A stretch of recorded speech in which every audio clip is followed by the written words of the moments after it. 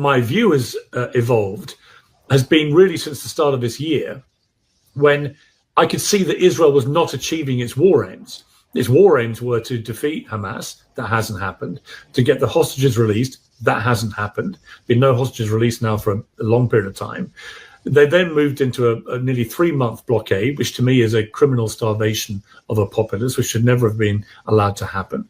The bombardment has been utterly relentless all over Gaza. They've obliterated 70% of Gaza.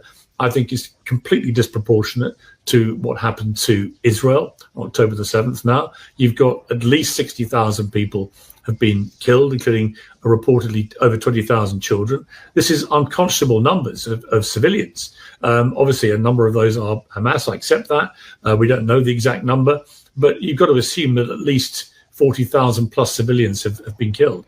And at what point, if you're not achieving your war aims, does that become not just disproportionate, but completely indefensible?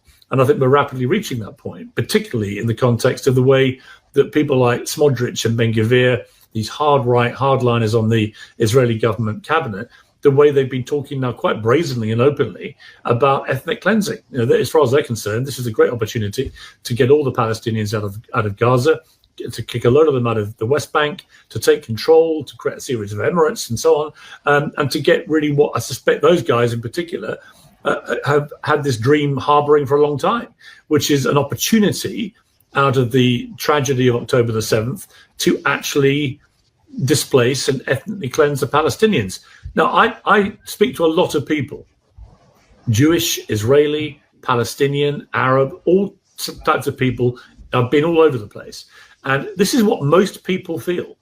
Right? So this is not an isolated evolution for me. Most people who defended Israel's right to defend itself think they've gone too far.